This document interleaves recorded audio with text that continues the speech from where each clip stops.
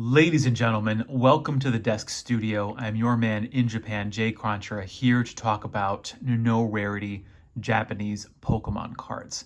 When I first heard about these variants, I was pretty puzzled because I've heard of all different kinds, seen all different kinds of value, and I'm just going to try and present what I found out through my own research and what I found going through a few different card shops.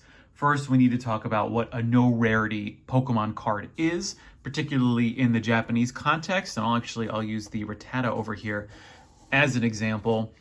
A no rarity Japanese Pokemon card is obviously a Pokemon card that does not have a rarity symbol in the bottom right-hand corner.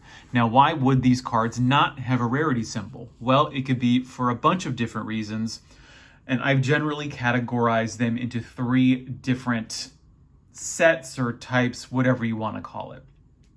So let's begin with, I think, the most common, what you'll most likely see, and we'll start here with Misty's Starmie. This is a no rarity sort of gym pre-constructed deck. The first category of no rarity Pokemon cards are cards that come from pre-constructed decks. And I believe this actually continues into the modern era with the Sword and the Shield pre-constructed decks. But the origins go back into the 90s with the first pre-constructed decks that released right before the gym sets in Japan. You had Misty and Brock. They had a couple decks. There were also the Blaine and Sabrina decks, as well as the... I'm blanking on the other ones, and I apologize for that. But because these were not booster packs, they were non-random, they were just what we would know as a pre-constructed deck in the English version. But in Japan, this is the first time something like this had been tried. So they did not have any rarity symbols. Now, none of these cards are particularly valuable. They're very easy to find. I think the only one that would be sort of difficult to find is Misty's Tears because of the artwork, but that can maximum go for $15 at the time of filming this. So they're not particularly hard to find. I think they're cool. What's unique about these cards is not only do they not have a rarity symbol, but the artwork is unique. What they did for the English version was they just took what was printed in the Japanese pre-constructed decks and in the set itself for Gym 1 and Gym 2, and they just combined those for the English release. Whereas in Japan, the cards that were printed for the pre-constructed decks were not necessarily printed in the set that you could find in the booster boxes.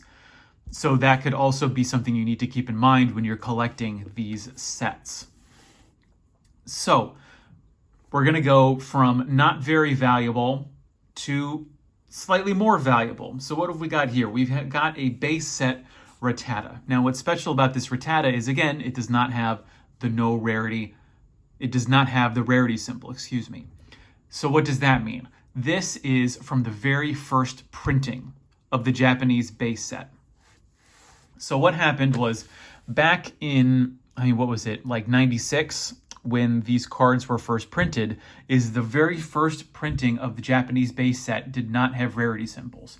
This has been backed up by some research from some other folks on YouTube and on other websites where they have like posters and promotional material for these cards for the original base set that do not have rarity symbols. So it seems like after the first print run, it was decided to put rarity symbols on the cards in order to distinguish between common, uncommon, and rare.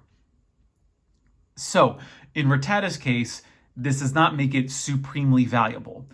The thing is, you'll go into these card shops in Akihabara or elsewhere in Japan, and you'll see what look like, normal base set Pokemon cards, but you'll see Charizard, and it will cost like $700 for a base set Charizard. And you're like, wow, even the English one, even base set Unlimited Charizard isn't that expensive. Well, if you check on the bottom right-hand corner, you're not going to see the rarity symbol, and that's why it's worth so much money. Now, this is not an official, I guess, air quotes, official first edition set. It's not recognized by the Pokemon Company or Nintendo or whoever as an official first edition. Japan would not get first editions, I think, until Gen 3.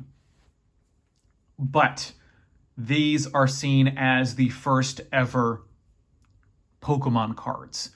and that means they can get extremely valuable. I think Charizard, I think I've seen some misprints go for upwards of $2,500 for the original base set Charizard here in Japan if it does not have a rarity symbol. For a lot of the other ones, like Blastoise, can go for like $700, Venusaur for like $600-700. Just keep that in mind, especially when you're looking at the showcase. Now, a common card like this, if it was in good condition, maybe $4 or $5. That's the only sort of value I can give you on these right now. So to recap, we've got Preconstructed Decks did not have rarity symbols, and the original printing of the Japanese base set did not have a rarity symbol. So we're going to move those aside, and we're going to go to what I think are the most interesting. I think all of these sets are very interesting, but this I think is the most interesting. Now, it's not specific to this Slowking right here. This is the Southern Islands Slowking, does not have a rarity symbol. This is a promotional card. The original gen, the first series promotional Pokemon cards did not have rarity symbols. And I also think that's another tradition that continues to this very day, where the promotional cards do not have a rarity symbol. Now, there are all kinds of promotional cards of varying levels of difficulty to acquire. Southern Islands in Japan, not super difficult to find, so they're not going to be very expensive. However, there are cards like University Magikarp. That's the one I can really think of off the top of my head. The one, what is it, like the Family Kangaskhan? The one that's like worth $10,000. Those may appear to be normal Pokemon cards. However, they are very, very expensive. Contrast that with like Slowking here, which if it was in really good condition, maybe $5-6. Not super expensive. But promotional cards do not have a rarity symbol and can go from either very, very cheap, very affordable, to extremely expensive. Like what was the other day I saw a Grand Party in Mandarake that was going for, I think, like $400. No rarity symbol. So let's just wrap it up here. We'll go over all this again. You've got base set base set first edition has no rarity symbol. You've got promo cards with no rarity symbol, and then you've got cards out of Preconstructed Decks with no rarity symbol. So those are the sort of the three categories of no rarity Japanese Pokemon cards that I'm aware of right now. There may be some others.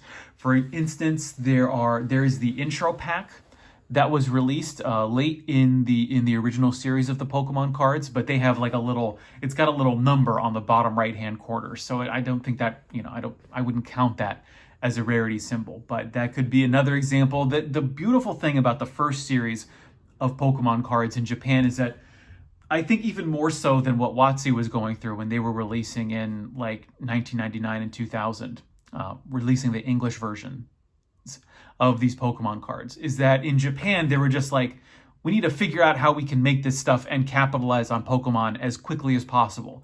That's, for example, what you see with base set, with the whole not having the rarity symbol printed for the original base set in Japan.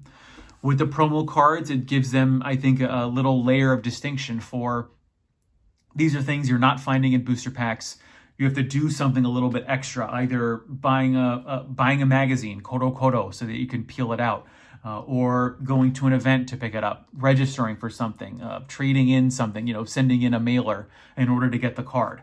It's that, I think, extra level of difficulty to acquire that makes it special. And so not having that rarity symbol makes it even more special.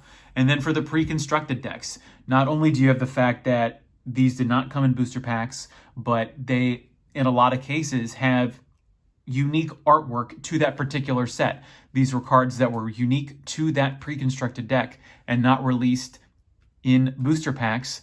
That, I think, makes it even more special to me. There may be other no rarity Pokemon cards, particularly as the sets go on, but for the first series, and I emphasize that very heavily, the first series of Pokemon cards, for the Gen 1 of Pokemon cards, these are going to be your categories of no rarity cards. And again, they range from the very, very cheap, like Misty Starmie over here, to the very, very expensive, where if you found a base set Charizard with no rarity symbol on it, that could be worth thousands of dollars potentially, depending on the condition. And that is also a huge factor, especially with Japanese Pokemon cards, is condition really, really affects the value, because Japanese collectors and foreign collectors of Japanese cards really, really prize the condition of these cards. So even if it has no rarity, like for example, like Misty's Tears, what I mentioned before, that I saw it had a little bend in it when I was looking through some cards at Mandarake. It went from, in mint condition, it was $15 to $2 for a little crease in the card. And that was for the no rarity version. I should point that out. Misty's deck came with, I don't know how many, maybe one or two copies of Misty's Tears in it with no rarity symbol. And still, that can go for $15. Or it could go for $2, depending on what condition you find it in. So I've been rambling for long enough. I'm going to stop it here. I hope this was informative for you. I hope you learned something by watching this video. If I got anything wrong, please let me know in the comments. If you know any more examples of no rarity Pokemon cards, please let me know. I'd love to learn more about this. I've been your man in Japan. Hope you enjoyed watching the video. This has been Jay Contra saying thanks for watching. See you next time, and mahalo.